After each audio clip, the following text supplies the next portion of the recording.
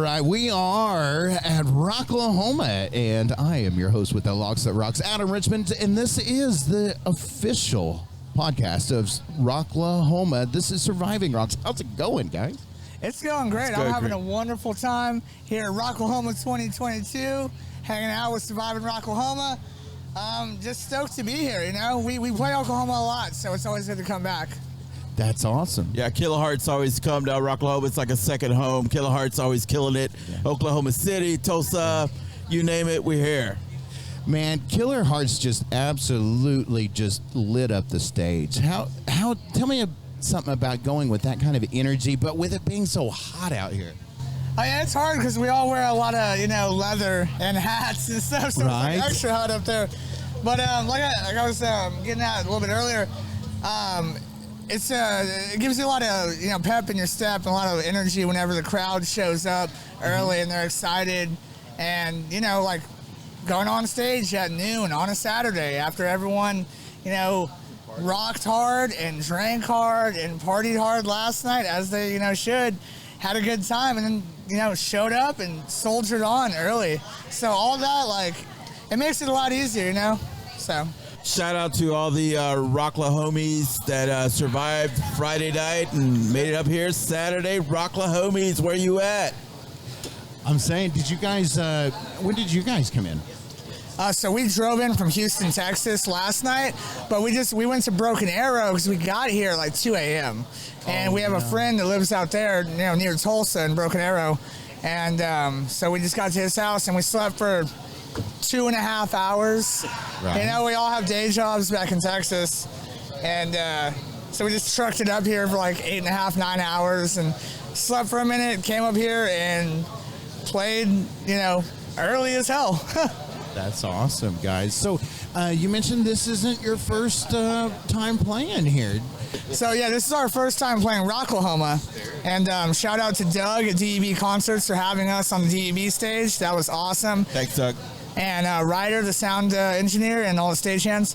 But we play Oklahoma pretty often. In our career, the span of this band, we've played Tulsa at least twice a year, typically. There's a punk rock festival that used to be held in Tulsa every year. Can I cuss on this? Absolutely. Yeah, it was called Fuck You, We Rule, okay? And it had bands like The Casualties and Wildlife and Lower Class Brats. We would play that. They relocated to Denver now. But so when we were playing that as early as 2017, and we've been a band since about 2016. So every year we're do Oklahoma at least 2 or 3 times. So plus we have a lot of friends and family like Oklahoma City. Shout out to my girl Heather Autran for hooking us up, and who actually got us who helped get us on the fest. Oklahoma is like her second home. Texas, she is. Right next door. Shout out to Heather, and she was also one of the folks who really got me looking at you all. Hey, there you go. There you go. And she's an angel. She's an angel. She is. She's like, man, you guys got to check out my boys, and let's talk a little bit about your music. So, introduce me into the concept behind your music. All right, so our lead singer had to go and take care of some business. These are questions that are usually pretty good for him. But the whole thing behind Killer Hearts is sexy, energetic, chaotic, dangerous, exciting, fun, rock and roll, a little heavy metal, classic heavy metal tinge, just something that the girls and the boys can enjoy, not trying to exclude anybody. It's let's all get up here, let's all be sexy, let's all rock out, let's all, look good and party hard and have a good time together. That's kind of the ethos behind Killer Hearts, I would say, I agree to that. It's real cool to play a fest like this because it's so eclectic. It's such a broad lineup. Because if you listen to us, you could kind of put us as more 70s hard rock, maybe early 80s heavy metal band, and there's just so many artists on this fest. So it's cool to be able to play with such a broad variety of artists. Yeah, and blend it all together. Absolutely. So tell me a little bit about the writing process for you guys. What do you feel like you're bringing to the band in your respective roles?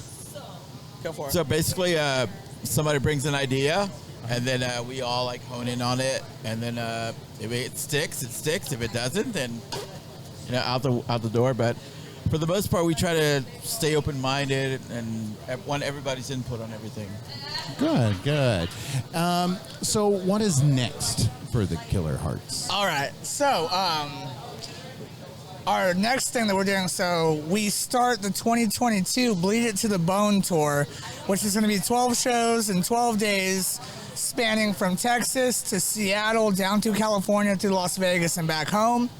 One notable show on that I'd like to give a shout out to is the Rocker Mountain Ripper Festival in Denver, Colorado, put together by my friend Micah Morris and his band Fast Eddie. So we're doing the 12-day tour, and we are halfway through recording our next LP at the moment. We're about five songs in, so about halfway. That should be coming out on Spaghetti Town Records sometime in 2023. And right now, we actually just put up a pre-order for a new single on our Bandcamp page, killerhearts.bandcamp.com. We have a 7-inch vinyl single, Demolition Love, which we closed the set with today at Rocklahoma. But the B-side is a cover, Dr. Doctor, by UFO, or, written by UFO. So that's a couple things we got. Nice guy. You guys are swamped. Do you breathe? No, man. I was telling them before, leading up to this, and the tour next week, we have played every weekend, pretty much out of town or out of state for the past 3 months, just leading up to this, and we've been recording the whole time. And all the other guys, we all moonlight in other bands too. So it's and we all have day jobs. This guy has kids. I don't know. We stay busy. We're dumb. Do you find it difficult at all to keep that momentum, to keep all of the plates spinning at once? Nah, I love that. I'm a Sagittarius with a Capricorn moon, and a Scorpio rising. So I have to be busy. I keep myself, and I just, the guys are like, we want to play some shows. I'm like, all right, you guys want to play shows? And I book, here's 100 shows. not really, not literally. But the run that we did, when I was looking at it, it was 30 shows with the tour included over 8 weeks or something like that. Close enough. Yeah. Jeez, guys. You guys are beasts. You got to stay relevant, right? Yeah. Well, and still keeping that kind of energy on stage. Yeah. I can't imagine, being able to memorize all these songs, have your whole catalog, control the crowd, and I really don't want to go to Texas next week. It's fun. To Alaska. Dude, yeah, it's we'll drive. We just did Fort Smith, Arkansas, just on a one-off. Yeah. So okay, drive for 11 hours. Yeah. Play, drive 11 hours back. But it's it's they asked us to play and they want to see us, so we'll make time for that. So, how do you guys keep yourselves focused while you're on those long trips? What gets you by on those road trips? As boring as it sounds, really, for me, it's the fucking road. Just So we have our normal road shows like Daisy of Love. Yeah. Oh right, yeah. Or we have we watch shows. Yeah, we watch a lot of shows. We watch a lot of reality TV. Daisy of Love. What's the other one? Rock of Love. Flavor of Love. Flavor of Love. Tool Academy. All the VH1 stuff. All the VH1 stuff. Oh my God, you guys totally got me to confess that I watched that exact same shit. It's so fun. Dude, we know Daisy of Love back and forth. We watched, Doug actually had Poison at the BOK not too long ago. And cool. I saw that. He had LA Guns and Poison, right? And Tom Kiefer. I wanted to play that show. Yeah, and it ruined me because the whole time I'm sitting there and I'm like, he should have picked that other guy. Right?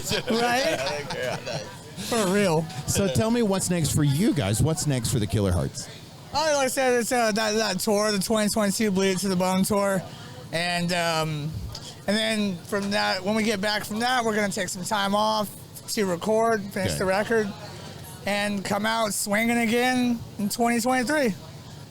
Hello, y'all. Hello, Rocklahoma. This is Brendan Problemchild. I love you all. Thank you so much for watching us today at Rocklahoma. Thanks for all the support and buying the records and buying the merch. And we hope to see you at a show on the road next month for the Bleed It to the Bone Tour 2022. Cheers. Thanks for having us.